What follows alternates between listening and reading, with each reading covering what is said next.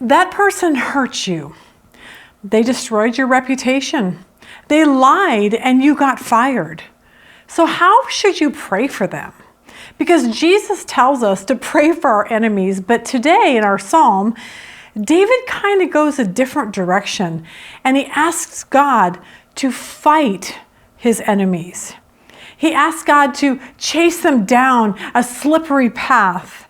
He asks God to make them fall in a pit like the one he feels like he's in. Can we do that? Join us today to find out.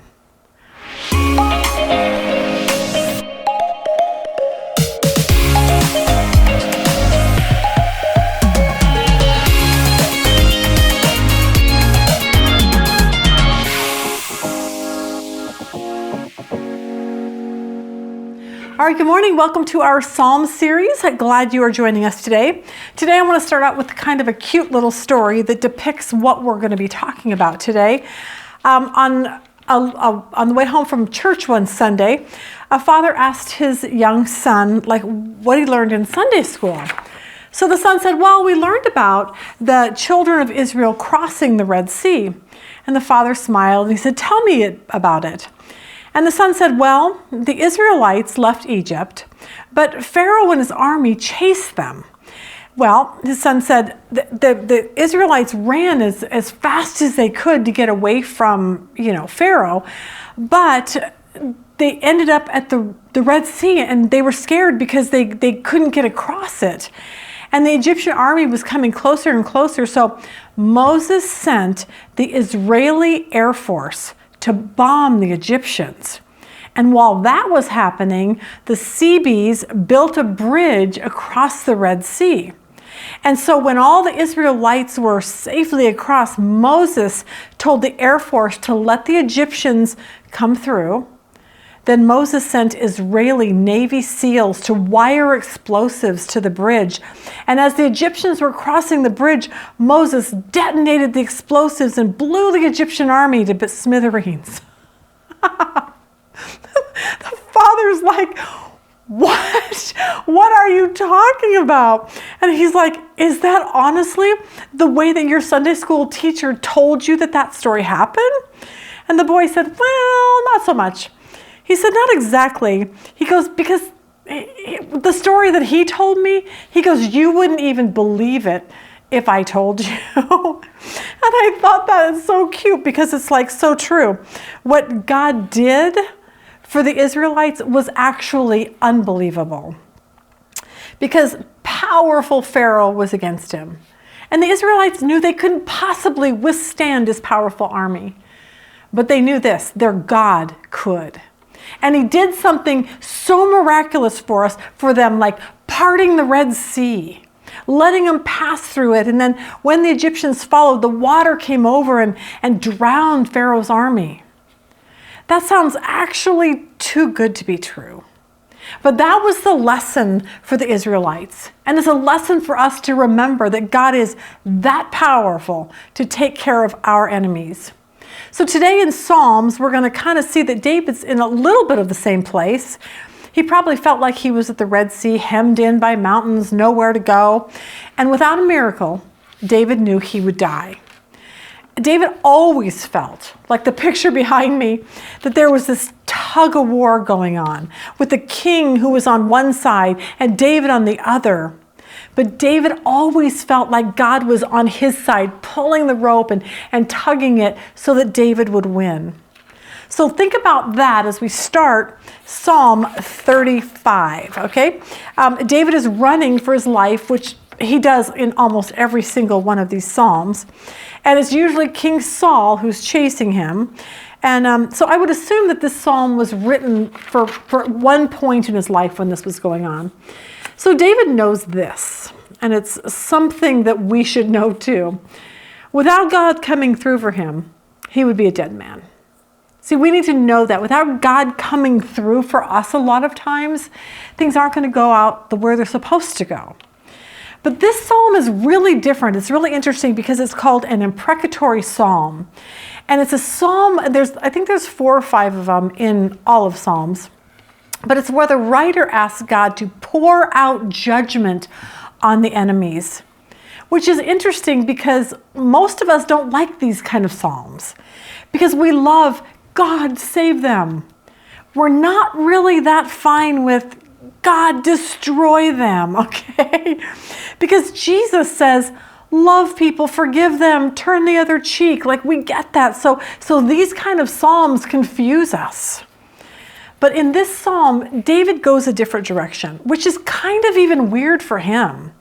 Because there were so many times that he could have just killed King Saul on his own. There was a time when David was hiding with his men in the recesses of a cave. And Saul comes in that cave to like go to the bathroom in it, okay? And David could have walked out and killed him on the spot, but he didn't. He gave him grace. There was another time when David sees all of Saul's men sleeping, and Saul is sleeping with a jug of water and a spear right by his head. And David goes down and they get his spear and his jug. And David could have killed him in a heartbeat, but he didn't. So in this psalm, it's just a reminder that we're not supposed to take vengeance ourselves. That this is about righteous judgment. That yes, God is all about grace and mercy, but he's also about judgment that's righteous. And this psalm reminds us we should pray for wicked leaders. We should pray that they fall. If they're ruling wickedly, we should pray that. It was right to pray for Adolf Hitler to fall. He caused so much horror and so much death. We see it all through the Old Testament, God killing evil kings, evil wicked kings. God made sure that they died because of their sin. So with that in mind, David asked God to help him in Psalm 35. It says Psalm 35, basically a psalm of David. He starts out in verse 1 and says, "Contend, O Lord, with those who contend with me. Fight against those who fight against me. Take up shield and buckler. Arise and come to my aid. Brandish spear and javelin against those who pursue me. Say to my soul, I am your salvation." I love this, that God is going to be David's champion. God would be the one who wins the battle for him. I love it when he's like, God, I know you're going to do this. Verse 4 says, "May those who seek my life be disgraced and be put to shame. May those who plot my ruin be turned back in dismay." And for some of you, this is how you feel. Maybe someone in your life is gossiping about you, lying about you, trying to ruin your reputation. And David gets it because those were people that were after him were trying to do the same thing. They were trying to ruin him. But I love how David responds. He's like, God, I can't make it better, but God, you can. God, you can change my situation where they turn, from me instead of like trying to kill me, they turn from me because they know you are involved. And I kind of think that's a lesson for us. Because some of you are trying to fight. You're trying to fight that person, that court battle, that coworker, that family member, that ex. And this might be a good point to raise the white flag and say, you know what, God, you deal with them. You deal with them. I just can't do this anymore. And then just sit back and wait for God to take care of it. But a lot of times he doesn't do that overnight. We know that. Because for David, it took years and years of Saul chasing him. But David always knew this, that God would destroy Saul in his timing and in his way. We were watching a Dateline the other night, and these two guys like this one girl. So she has to choose between them. She ends up choosing, let's just say, A, guy number A, guy letter A. But eventually, letter B guy, he doesn't like that. So he has letter A guy killed. Now, most people are pretty sure in the show that she was involved with it. So she and the guy that she didn't choose, what was he? B, okay? Guy B. She and guy B went on the run, and it took over 20 years to catch up to these two. But what's amazing is that the guy B, who set up the murder, he died a horrible death of mad cow disease. Like, who dies of that? Okay, well, he did. The woman ended up getting prison time, okay? So it took a lot more time than the families expected. But God makes it clear that vengeance is his and he will repay. Verse 5 says this, may they be like chaff before the wind, with the angel of the Lord driving them away. May their path be dark and slippery, with the angel of the Lord pursuing them. It's a funny picture. I can just picture this, a pre-incarnate Jesus, who is most likely the angel of the Lord here, coming to this earth and literally chasing David's enemies late at night on a rainy, slick road. And they keep falling down because they just can't get their footing. Verse 7 says this, since they hid their net for me without cause, and without cause dug a pit for me, may ruin overtake them by surprise. May the net they hid entangle them. May they fall into the pit to their ruin. David's like, they did this to destroy me. They are the ones that had the affair with my spouse and blew up our marriage. They're the ones who stole my job. They're the ones who lied to my boss and got me fired. And you just fill in more blanks that are yours. But David looked at it and said, they dug a pit for me, okay? And God, could you make them fall in the same pit that they dug for me? It's like the Dateline story. The guy kills a man. And he dies this horrible death. Like, God took care of that. It's like the person who abused you. God can make sure someone abuses them. That person lied about you. God can make sure that someone lies about them. David wants God to repay the people who are hurting him by the same thing that they're hurting him with.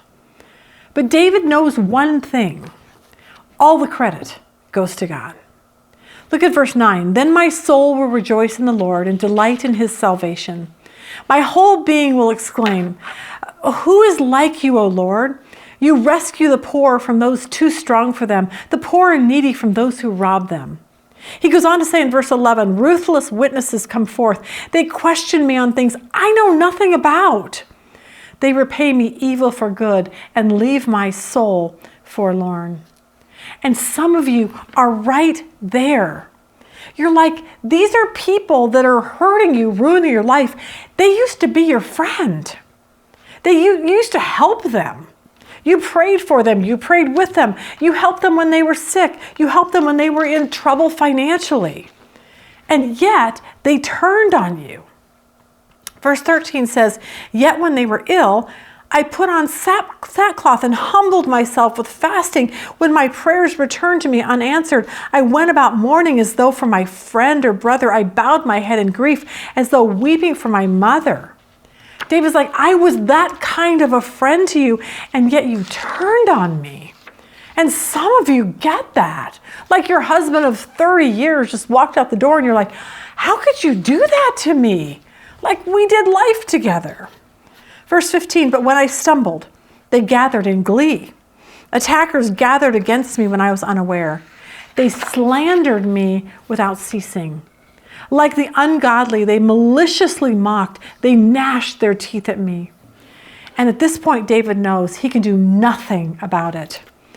David was hearing that King Saul's men were lying to him, stirring the pot. They were saying, David wants your throne. David's out to kill you. None of that was true. But once that lie got started, once that gossip got started, there was no stopping it.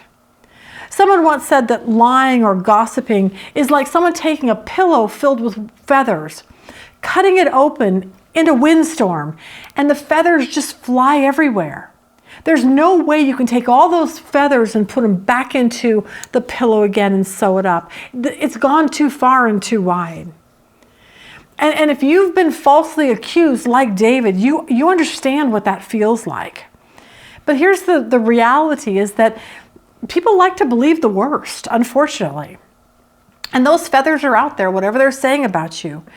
But David knew he couldn't stop it. So he said in verse 17, O Lord, how long will you look on? Rescue my life from their ravages, my precious life from these lions. David knew that God saw exactly what was happening. And there is something about knowing that God knows. We're like, okay, he knows, well, why don't you fix it? Like TikTok, the clock is running here. But most times he doesn't fix it right away. He wants us to trust. He wants us to relax and believe that he can take care of this. There's comfort in knowing that he knows. Because if we're a follower of Jesus, we need to remember we are God's children. All right, that's a good thing to know. And David knew that if there was rescue, it would only be because God. And when David was rescued, here is what David would say. Verse 18, he said, I will give you thanks in the great assembly. Among throngs of people, I will praise you. In other words, God, you will get all the glory when you take care of these people. We always like to take credit, like I said this and I did that. And yet David's not like that. He wanted to know, he wanted people to know that God loved him. God cared for him. God would take care of his enemies for him. Look at verse 19. Let not those gloat over me who are my enemies without cause. Let not those who hate me without reason maliciously wink the eye. They do not speak peaceably, but devise false accusations against those who live quietly in the land. They gape at me and say, aha, aha, with our own eyes we have seen it. O Lord, you have seen this. Be not silent. Do not be far from me. In other words, it's kind of how we feel a lot of times when we're right in the middle of a battle. Like, how long, God? Hello, what are you waiting for? Why aren't you doing anything about this? You look around and you're like, each day it just feels like it's getting worse and worse. They lie, they gloat, they're like wild animals surrounding me for the kill. But I love the fact that we can cry out to the Lord like this when we're hurting and we're frustrated and we're confused. Verse 23 says, awake and rise to my defense. Contend for me, my God and Lord. Vindicate me in your righteousness, O Lord, my God. Do not let them gloat over me. Do not let them think, aha, just what we wanted, or say, we have swallowed him up. May all who gloat over my distress be put to shame and confusion. May all who exalt themselves over me be clothed with shame and disgrace.